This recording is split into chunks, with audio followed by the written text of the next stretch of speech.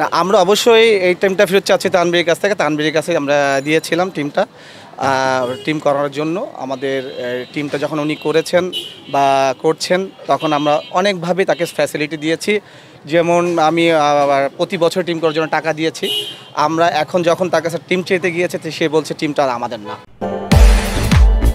Cricket সংগঠক তানভীর আহমেদের নামে ঘরোয়া ক্রিকেটের দুর্নীতি ও অনিয়মের অভিযোগ নতুন কিছু নয়। ক্লাব দখল, টাকার বিনিময়ে কাউন্সিলরশিপ বিক্রি, পক্ষপাতিত্ব, আম্পায়ারিং ও একাই 4-5টা ক্লাবের মালিক হওয়া, যার ফলে প্রতিযোগিতামূলক ক্রিকেটের নামে অনুষ্ঠিত হয় স্ক্রিপ্টিং ম্যাচ। ঘরোয়া ক্রিকেটে কান পাতলেই এমন শত শত অভিযোগ শোনা যায়। আচ্ছা, আমি খেলা নিয়ে ফেস করছি আসলে 17 বছর 17 বছর ক্রিকেট ক্যারিয়ারে।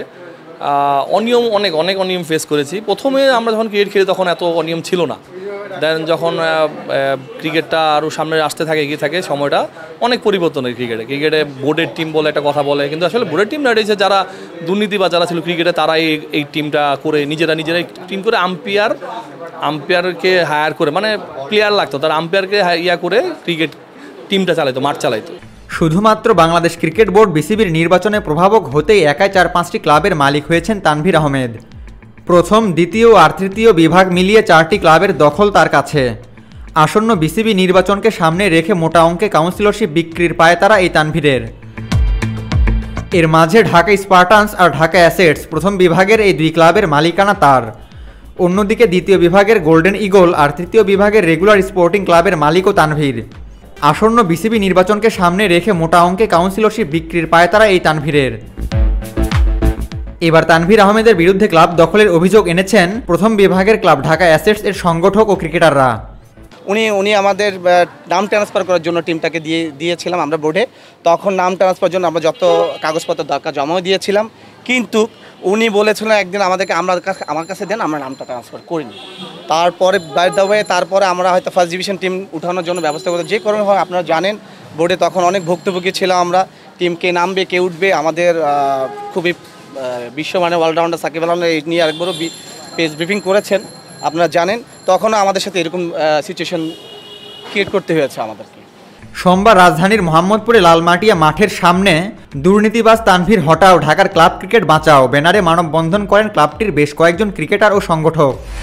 তাদের দাবি, ঢাকা অ্যাসেটস ক্লাবটি নিজের দাবি করে কাউন্সিলরশিপ বিক্রির পায়তারা করছেন তানভীর আহমেদ।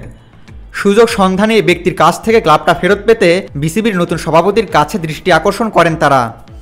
তো আমরা চাচ্ছি যে আমাদের টিমটা তানভীরের কাছ থেকে কীভাবে পাওয়া যায়, আমরা বোর্ড প্রেসিডেন্টের কাছে আমরা অবশ্যই চাই।